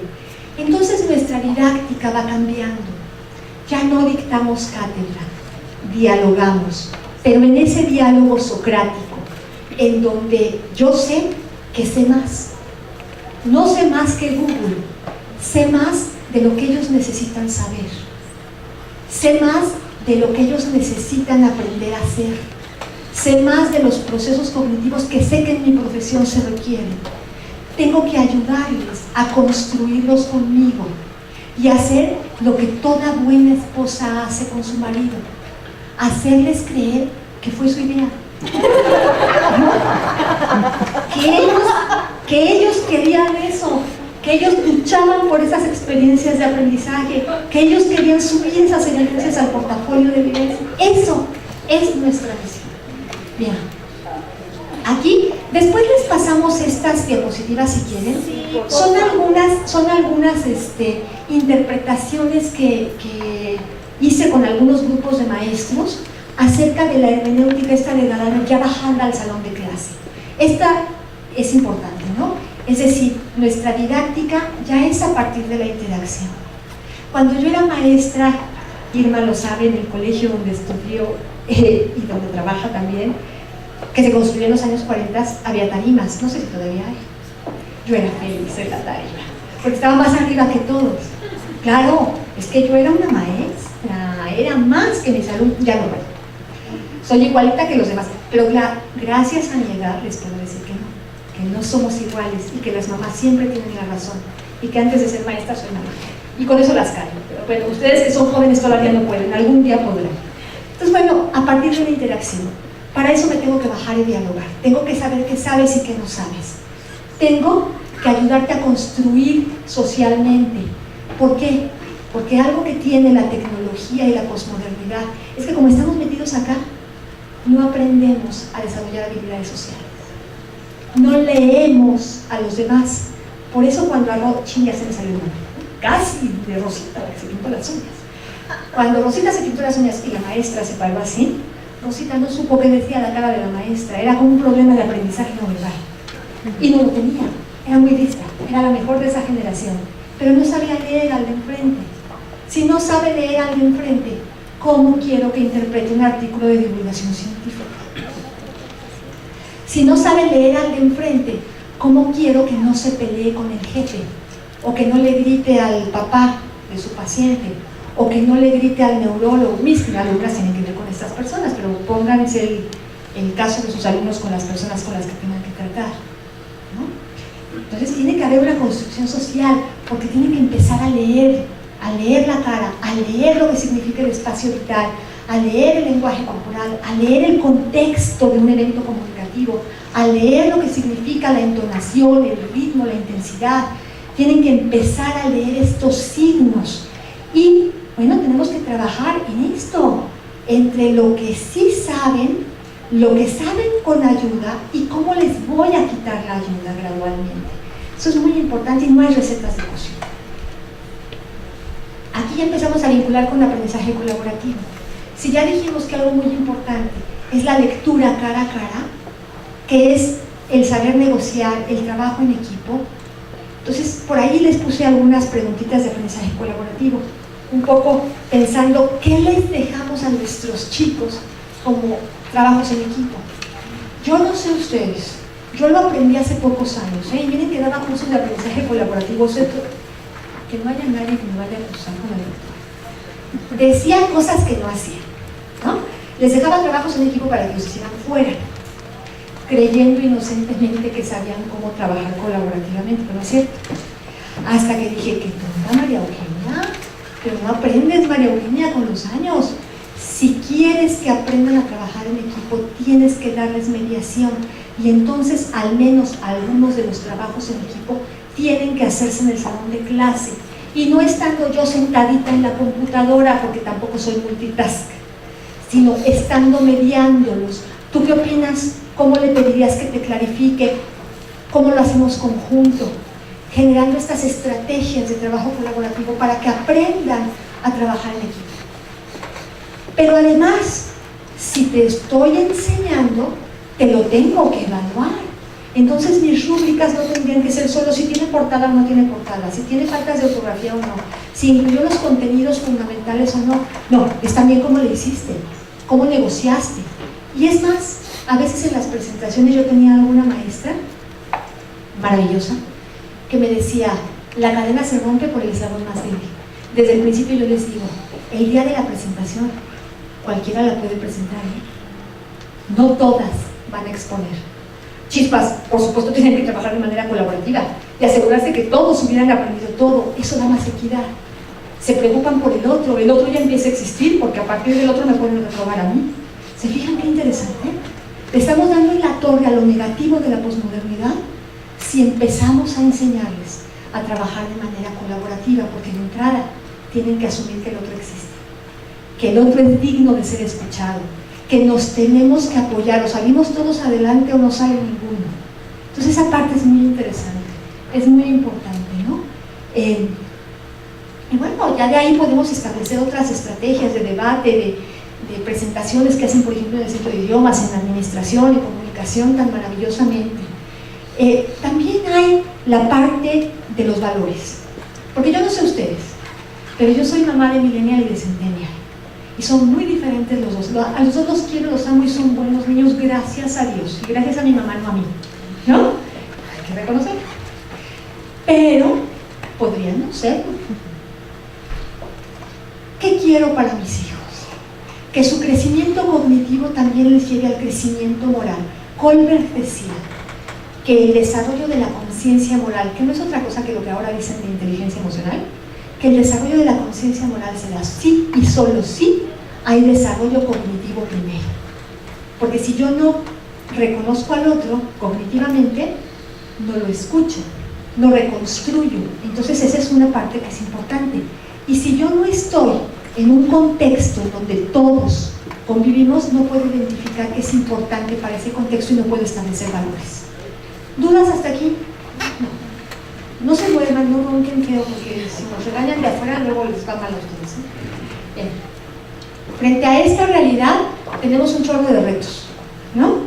Porque nos van a decir que tenemos que usar la tecnología, los que trabajan en el TEC peor, ¿no? Nos van a decir que tenemos que manejar evidencias, porque la calidad necesita evidencias, y estamos incorporados a SACS, entonces no nos queda de otra. Nos van a decir que tenemos que investigar, porque ser docente es investigar. Nos van a decir que tenemos que cambiar el paradigma de vida. Sí, es un montón de cosas las que tenemos que hacer como docentes universitarios ahora. Más platicar con una educadora, porque ya les dije que nuestros chicos necesitan desarrollar todas las habilidades de preescolar. Pero bueno, no es tan complicado. Tenemos que ser docentes mediadores. Yo creo que esa es la clave. Tengo que identificar dónde están y qué necesitan, y a partir de eso ayudarlos a crecer. Pero sí es importante esto, y no lo quiero dejar pasar. ¿Un docente universitario tiene que manejar límites? Sí. ¿Por qué? Porque nuestros chicos nos llegan con un nivel de secundaria y los adolescentes necesitan límites. Necesitan autocontrolarse. Los límites son parámetros de acción que nos ayudan a autorregularnos. Es importante manejar límites. No puedo trabajar colaborativamente, no puedo promover procesos cognitivos a través del diálogo si no hay ciertos límites. De entrada, nos tenemos que escuchar. Entonces sí, podemos estar hablando todos en el salón, pero sobre el mismo tema. Sí, podemos usar la tecnología, pero para ciertas tareas. ¿Por qué? Porque hay que establecer límites para que te empieces a autorregular. El establecer límites también incrementa la tolerancia a la frustración. Entonces, eso es muy importante. Ahora, el chiste es cuáles límites. Nosotros estamos en una institución, en un proyecto. No es lo que yo quiero, es lo que la institución quiere.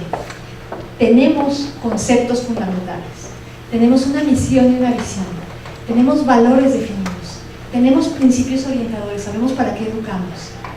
Sobre eso establecemos los límites. Entonces, vamos a pensar, por ejemplo, nosotros en la carrera tenemos cero tolerancia a las inasistencias. No somos tan terribles que si alguien tiene alguna situación de verdad extremadamente importante no justifiquemos la inasistencia, pero la mayoría de las veces ellas ni se enteran. ¿Por qué? Pues porque ya vimos que en la posmodernidad los sistemas de valores son diferentes, pero sí hay ciertos parámetros de por qué nosotros no justificamos las inasistencias y no hay retardos. ¿Por qué? Porque un terapeuta no deja colgado a su paciente. Un terapeuta no llega con un paciente que hizo 2 horas de camino media hora tarde. Entonces, cuando uno plantea eso y plantea el límite, ya no hay conflicto. A veces hay el prietito en el arroz, pero termina cediendo cuando nosotros establecemos un límite claramente y no nos movemos, terminan cediendo. Eso es importante, porque si no, acuérdense de la generación X, si yo pongo un límite y a veces sí y a veces no, el alumno no sabe. Pero si yo pongo un límite, el alumno se acostumbra a respetarlo. Y no les ponemos ese límite hasta que entran a prácticas, desde el primer semestre. Porque si yo en primer semestre les digo, puedes faltar el 15% de las veces, cuando lleguen a prácticas les va a costar trabajo. No, desde el primer semestre no puedes faltar. Y se las hacemos cansada. ¿Por qué? Porque tenemos que ser consistentes. Lo que no tenían ellos, hay que hacerlo, ¿no? Pero además, ¿por qué? Porque uno de nuestros valores institucionales es el respeto al otro. Y si yo llego tarde a mi práctica, le estoy faltando al respeto a mi paciente. ¿Se fijan qué interesante? No saco el barniz en las clases. ¿Por qué? Porque se percibe como falta de respeto y ese no es un valor institucional. No apruebas con 6.9, no te subo la décima, porque un valor es la excelencia académica y un estándar de ponderación para nosotros, lo siento, de excelencia es el 7. Es que casi es 7, no es 7. ¿Se acuerdan de los niños foca?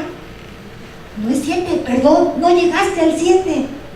Imagínense que yo le dijera al rector, es que casi terminé el informe para FIMPES. Me juego la acreditación de la institución. ¿Cómo casi? No lo terminaste. O el contador, es que no vine a la clase donde se manejaron los cambios en los formatos de recibo de honorarios. Mijo, pues ya se metieron al bote a tus clientes. Entonces, sí tenemos que revisar esto. Y los invito a que lo revisen en sus departamentos, para que vean qué límites se deben establecer institucionalmente y qué límites por departamento. Y que evitemos perdón por lo vulgar de la expresión, muchas de las broncas que tenemos con los alumnos a veces son porque estamos poniendo límites como María Eugenia o Juanita o Chuchita, que no necesariamente coinciden con la visión institucional del departamento. Y si hay inconsistencias ahí, les estamos dando un motivo no de negociar. Cuando no saben negociar es de necear. Y si además nos enrolamos en su necedad, pues ya valimos. Entonces nos conviene más definir desde antes qué límites, ¿no?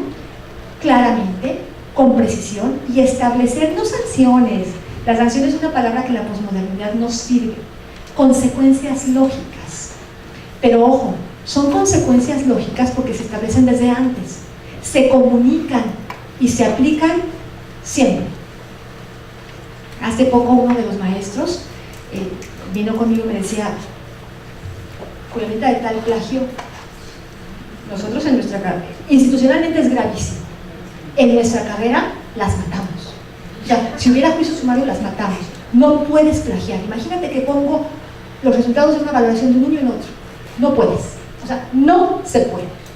Entonces me decía el maestro: ¿qué hacemos? ¿Verdad? O sea, hay un límite, lo conocen, lo comunicamos. Hay una consecuencia lógica, la conocen. Si no la conocieran o no la hubiera comunicado, entonces no podrían hacerlo. La conocen. Se dice lógica porque se aplica siempre. Aplícala. Si no la aplicas, pierde el grado de consecuencia lógica, o pierde la categoría de consecuencia lógica, y entonces ya no la voy a poder usar como consecuencia. Y entonces no va a saber autorregularse. Si a veces sí y a veces no, no sabe autorregularse. Entonces esa parte es como muy importante, ¿no? Hay límites que se pueden modificar o negociar, y hay otros que son innegociables, y nuestros chavos tienen que saber cuáles. Bueno, eso ya lo mencionamos. Ahora, no vamos a ver esto, no soy la experta ni nos compete, pero el enfoque centrado en soluciones nos dice: mantén una dinámica que no genere conflictos, porque ¿qué decían sus abuelitas? El que se enoja pierde. Y si se enoja el maestro, perdió 2 veces, con los millennials y los centennials, ¿no? Entonces, no. El enfoque centrado en soluciones nos dice: hay que meter un factor de cambio, porque cuando hay conflictos con nuestros alumnos que no se deben a las características de la posmodernidad, se deben probablemente a que hay un patrón. ¿Qué decía José Alfredo? Tropecé de nuevo y por la misma piedra. Pues qué menso. O sea, si ya sé dónde está la piedra, ¿para qué le sigo caminando para allá? Ha habido veces que alguna compañera o compañero me dice: es que fulanita, pero ya me la conozco, va a empezar a faltar y a decirme. Si ya sabes que va a empezar a faltar y a decirte, etcétera, ¿por qué dejas correr la película? ¿Qué puedes hacer para que no empiece a faltar? ¿O qué puedes hacer para que no te empiece a decir? ¿O qué puedes hacer para no terminar igual? Porque ¿de quién es el problema? ¿De la fulanita? No, es mío. Acuérdense que es una cuestión de percepciones. Entonces, ese es el enfoque centrado en soluciones. Y la otra, marquémosle lo que no es correcto a nivel de percepción, pero no nos lo tomemos a personal. El otro día, una chica que le estaba yo llamando la atención, me miró como me miran mis hijos. Entonces, le dije: hija, ¿me estás viendo feo? No te estoy viendo feo. Como el Chavo del 8, ¿no? No me contestes, no te estoy contestando. Sí, me estás contestando, no te estoy contestando. ¿Y se imaginan esa discusión sin sentido entre el Chavo del 8 y don Ramón, el profesor Girabal? Yo dije: no puede ser. Yo dije: sí me estás mirando feo, pero no hay problema. En ese momento me acordé: es millennial y centennial. Para ella no es una falta de respeto, no sabe leer, a lo mejor ni siquiera se da cuenta de que me está mirando feo. Entonces dije: ¿me la puedo comprar, enojarme, fastidiarme? ¿O no puedo hacer algo diferente? ¿no? Entonces, bueno, y apliqué una estrategia por ahí de terapia breve. Yo no soy psicóloga, las aplico nada más las que sé aplicar, y no me enganché.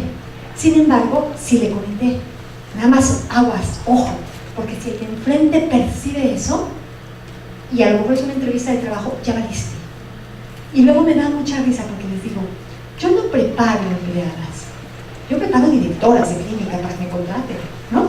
Yo preparo la que va a estar sentada al este lado del escritorio. Hoy estoy yo, no sé si soy la mejor, pero hoy estoy yo. Pero las preparo para que ustedes estén un día de este lado. pero si quiero que estén de este lado implica que saben pensar, que no se enganchan con el de enfrente, que tienen que tener conocimientos, que tienen que rodearse de gente muy inteligente. Entonces, ese es un discurso diferente para los centennials y los millennials, ¿se fijan? Es diferente. El otro día tuve que llamarle la atención a una y me lloró, es emocionalmente inestable. El sentido común me decía, te pasaste de lanza, papáchala, ¿no? Y dije, no. Si fuera mi hijo, ¿qué querría? Que supere esto.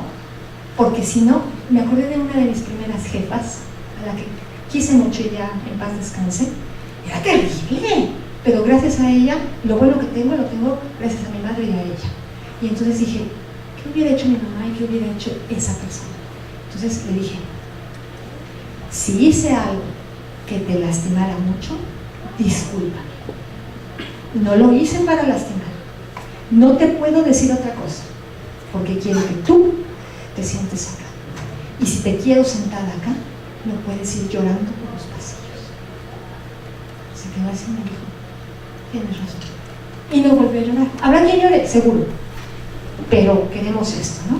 Tenemos que enseñarles a valorar. Si queremos que tengan valores diferentes, tenemos que enseñarles a valorar. No saben. La valoración es un proceso cognitivo.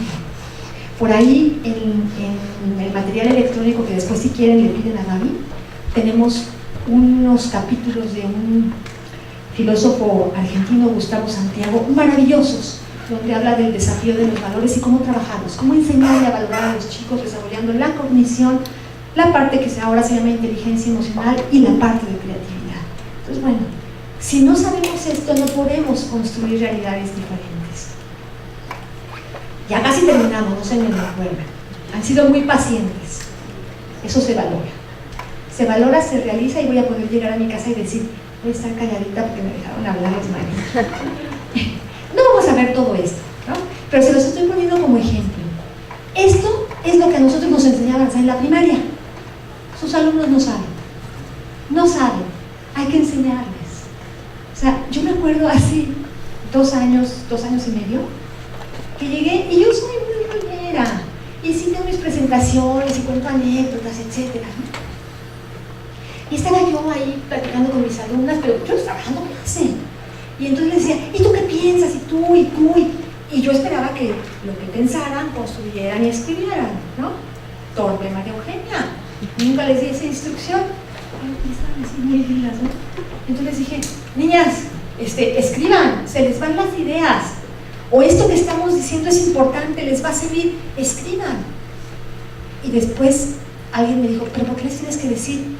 Y dije, porque si no, sería yo igual de necia que ellas, si estoy viendo que no lo hacen. Y sigo esperando que lo hagan, pues la necia soy yo. Si no lo hacen es porque no saben que lo tienen que hacer, entonces hay que decirles. Entonces, si no saben tomar notas y quiero que tomen notas, pues les tengo que enseñar. La de malas, les tengo que enseñar. O alguno de los maestros les tiene que enseñar, nos ponemos de acuerdo. Si quiero que lean con comprensión y no pueden leer con comprensión, nos ponemos de acuerdo y alguno les enseña. A lo mejor, por ejemplo, en la carrera de nosotros, pues a lo mejor el audiólogo que viene y luego se va a la cirugía no les va a enseñar porque no le da tiempo, pero a lo mejor la maestra Matena, que es muy paciente, pues les enseña, les tiene más paciencia, les desarrolla el ojo clínico, pero ya sabemos que ella hace eso, los demás ya lo podemos exigir. Pero esto no lo tiene. Entonces tenemos que asumir que no traen hábitos de estudio, que no traen estrategias de aprendizaje. Hay que desarrollar estrategias de aprendizaje. Miren, otro pecado del pasado. Una vez llegué con unos alumnos y les dije, me hacen una síntesis de este capítulo que tenía 5 páginas. ¿De qué tamaño creen que eran los trabajos? 35 páginas. Y entonces yo me enojaba. No saben resumir. Subrayan lo importante. Hasta el número de páginas subrayado. Y yo furiosa. Hagan un cuadro sinóptico. Me volteo y un mapa, un periódico mural. ¿De quién fue la culpa? Mía. Y entonces dije, a ver, chavos, ¿cómo se hace un resumen? ¿Cómo se sintetiza? Pues no sabían los pobres. Entonces había que enseñarles en la universidad. Entonces, bueno.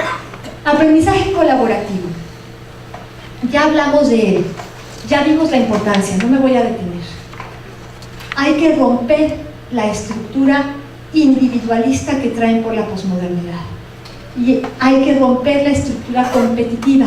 Les voy a decir la verdad, la mayoría de sus alumnos ya ni siquiera les interesa lo competitivo, no tienen que competir, el otro no existe. Lo pisamos porque no existe, no porque lo queramos hundir. Eso es triste, ¿no? Porque todavía cuando lo pisábamos por lo que lo queríamos hundir, al menos el otro existía, pero ya no existe. Entonces hay que romper esta estructura y hacerla cooperativa, colaborativa, generando nexos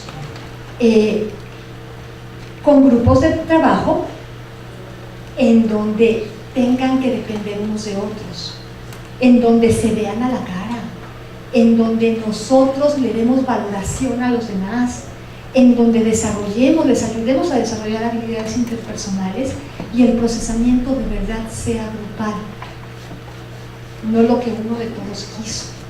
Y llegamos ya a la recta final, a la evaluación. Ustedes son muy buenos evaluando, seguro son mejores que yo. Mis alumnas saben que soy barco, no lo digan afuera. Me dicen el Titanic, pero bueno, no, vamos a ver qué valoramos. ¿Qué evaluamos? ¿Cómo evaluamos? ¿Cómo comunicamos los resultados? ¿Qué impacto tienen los resultados? Esto es muy importante, porque en nuestra concepción de ser docentes, esta es la colita del papalote. Vamos mejorando los procesos de planeación, vamos mejorando la didáctica, esa nos cuesta trabajo, pero la vamos mejorando. Pero la parte de evaluación como que nos cuesta mucho trabajo. En México no hay una cultura de evaluación. Por eso nuestro ser docente evaluar era poner palomitas y crucecitas. Y si eran con rojo mejor, ¿no? Pero bueno. ¿Qué evaluamos? Evaluamos el perfil de egreso. Entonces, esto es muy obvio, yo sé que ustedes lo saben, pero finjan que no, están trayendo a la luz. Pues, ¿qué evaluamos? El perfil de egreso de mis alumnos. Entonces, tengo que conocer el perfil de egreso, porque no evalúo solo mi materia, evalúo mi materia en función de otras materias. Entonces, el trabajo es más complicado. Hay diferentes tipos de perfiles, porque a veces yo me sorprendo a mí misma cuando diseño mis instrumentos de evaluación y digo, ay, María Eugenia, estás evaluando puros conocimientos, pero tu perfil de egreso es en competencias. Ya la regaste, pues sí, ¿no? Nuestros perfiles de programas están dados en competencias. Entonces tenemos que diseñar instrumentos que evalúen las competencias. La primera pregunta que de repente nos hacemos es, ¿y entonces el conocimiento no es importante? Sí, pero eso no es lo que debería determinar si acreditan o no la materia.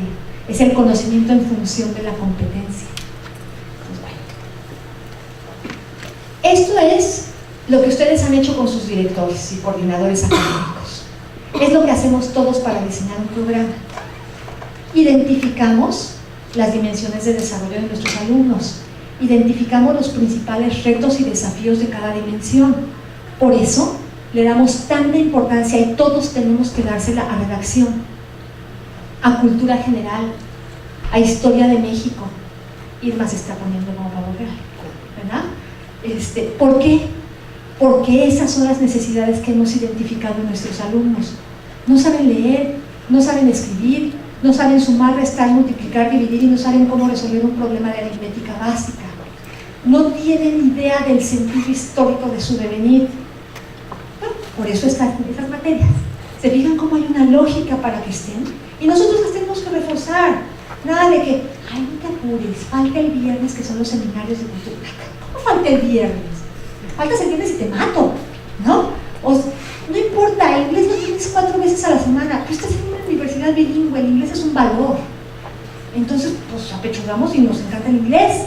Y no faltas en inglés. Yo no les justifico las faltas en inglés.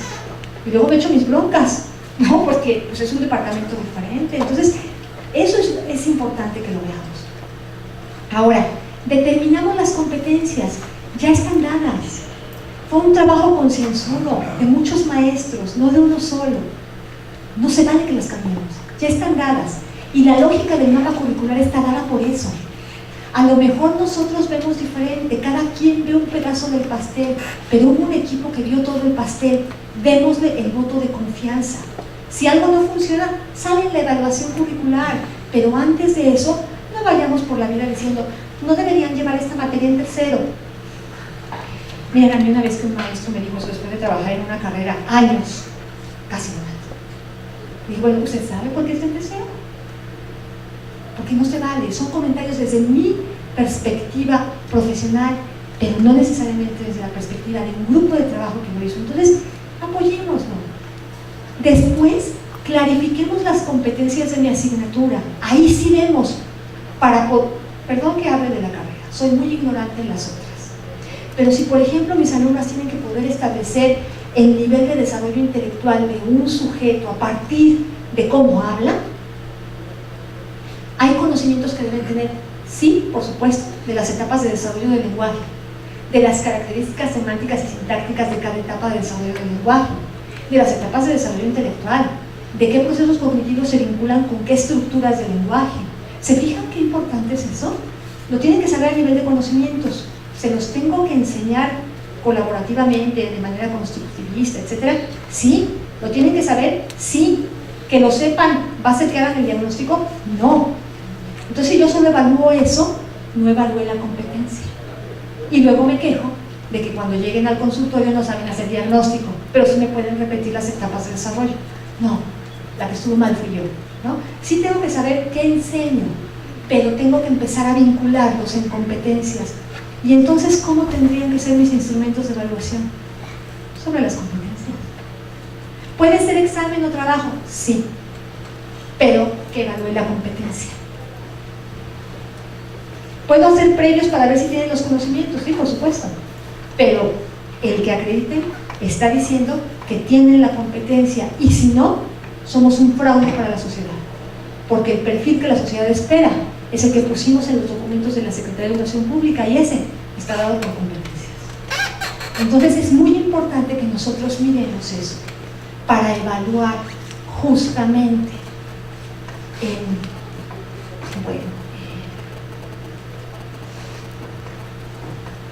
evaluamos resultados de aprendizaje dados en competencias. No me voy a detener mucho en esta parte, pero sí me voy a detener acá. En algunos casos, un instrumento de evaluación no es suficiente. El sistema institucional es complicado porque es un sistema. Efectivamente, yo no puedo con el sistema institucional, a lo mejor meter 10 instrumentos, o a lo mejor yo creo que a fuerza es examen, porque el sistema institucional me pide reactivos. Pero ¿qué pasa si yo hago un trabajo y pongo una rúbrica, y en la rúbrica sí puedo analizar como reactivos? Y eso es lo que el sistema institucional me está pidiendo, que yo justifique que ese trabajo o ese instrumento que usé, si es equivalente a los reactivos que estoy evidenciando con la intencionalidad de la competencia. Eso es algo que nosotros debemos cuidar. Hace poco una de las maestras hizo una experiencia maravillosa, evaluamos con un debate. Yo estuve a punto, acuérdense que yo soy generación de X, pero en realidad mi espíritu es baby boomer, ¿no? Soy muy conservadora, soy TOC, me cuestan los cambios, ¿no? Entonces, cuando propuso eso, yo dije, no, dile que no, mátala, cámbiale la clase. Y después dije, no va, me suena muy bien, cuidemos nada más las rúbricas del debate, ¿no? Y tengamos evidencia, que no sea solo una persona que evalúe. Aquí está otra de las evaluadoras, ¿no? Que no sea solo una persona que esté en el debate porque se sesga, que además del debate haya productos para que sea una tercera evidencia y la podamos cruzar. Nos funcionó maravilloso. ¿Y quién creen que fue la maestra mejor evaluada ese semestre? Ella. Y no creen que pasaron todas, ¿eh? Y me reprobaron algunas, pero respondió a sus características, aprendieron habilidades sociales y a usar el lenguaje, porque les enseñaron, las fueron preparando para el debate. No fue nada más vamos a hacer un debate, todo el semestre estuvimos preparándonos para eso. Entonces esa parte es importante, ¿no? Y esa es la idea de reflexionar sobre la evaluación, que nos sentemos juntos como equipo de trabajo a mirar nuestros instrumentos de evaluación. Es muy importante. Y si tengo más de un compañero que comparte la materia, que en algunas carreras pasa, tendríamos que evaluar lo mismo, porque las competencias implican normas, y la norma quiere decir que todos salen con lo mismo. Pueden salir más que eso, pero al menos eso. Entonces, la evaluación en un sistema de competencias no es tan libre. La cátedra no es tan libre. Debe ser una didáctica que promueva las competencias y un instrumento de evaluación que promueva las competencias. Pero en un contexto posmoderno, en donde ya sabemos que a lo mejor para llegar a esas competencias hay mucho trabajo previo. Algunas personas lo han resuelto con propedéuticos. En comunicación ha sido muy exitoso en algunas ocasiones. A veces no se puede.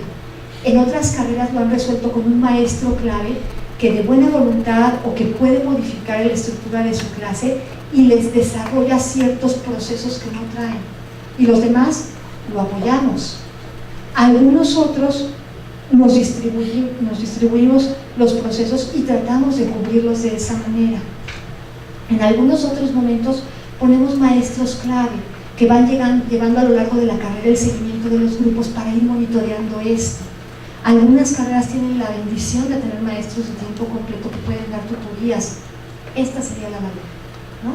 Entonces, pues a mí no me queda más que agradecerles el favor de su atención, y quisiera terminar con una pequeña historia. A lo mejor algunos de ustedes ya se la saben, pero son tan decentes que se la van a aguantar.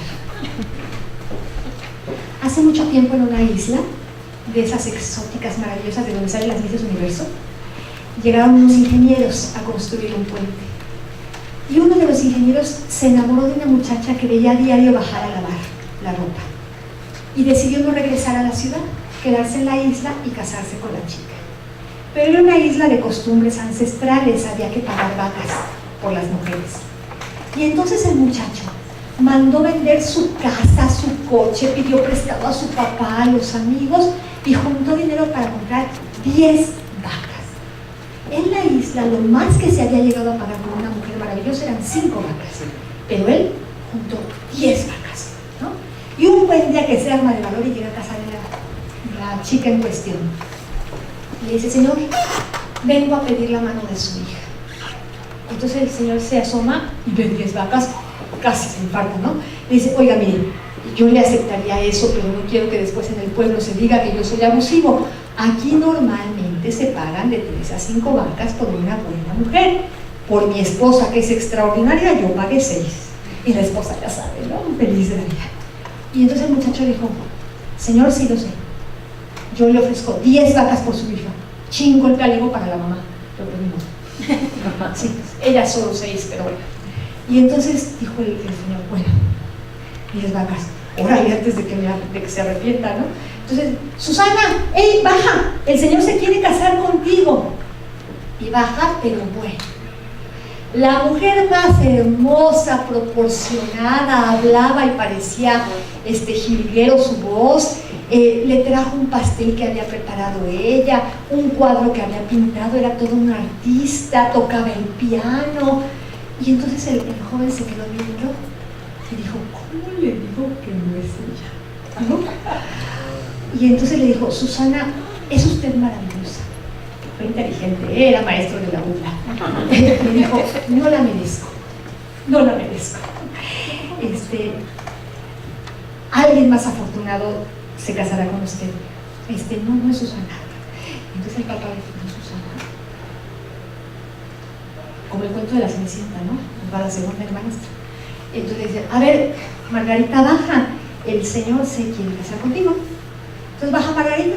No era una belleza exótica, pero estaba bastante guapetona. No hablaba como la niñera del programa ese de la niñera, pero tampoco como Susana. Había estudiado, tenía una formación, no era artista, pero vamos, apreciaba el arte. Y el ingeniero dijo: no es Margarita tampoco. Y entonces dijo el papá: no, pues se equivocó de casa. Adiós 10 vacas, ¿no? Y entonces el ingeniero: no le queda una.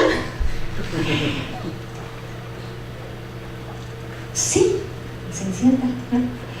María, a ver, pero ¿usted conoce a María? Sí, conozco a María, seguro es María. María es la que lava la ropa. Sí, María es la que lava la ropa, no es muy talentosa María, ¿eh? Es mi hija, pero no es muy talentosa María. Es María. Pero sí la vio bien, de cerca a María. Fíjese, es que de chiquita como que le dio algo parecido a la viruela. ¿Sí la vio bien? Señor, me escondí atrás del árbol cada vez que lavaba a María. Y la veía hasta que llegaba a la casa. Le dio polio, sí se fija que no tiene muy pareja la pierna. Sí, señor, esa es la mujer que quiero. Entonces casi se muere mi papá. La mamá iba a hacer más, ¿no? Y dice, pues ahorita lo caso, no se me vaya a arrepentir. María, bájate y vámonos a la iglesia del pueblo. Entonces ya bajó, se casó y pasaron los años y vivieron muy felices, pero no se acabó la historia. Años después regresaron sus amigos los ingenieros. Me dijeron, ¿qué habrá sido de aquel loco que se casó con la muchacha esta de aquí? Vamos a ver si lo encontramos. Chance ya se regresó a la ciudad. Entonces preguntaron por el ingeniero y sí, vivía lejos en una colina de hasta arriba. Entonces fueron caminando, pasando por las casas, había como fiesta en el pueblo.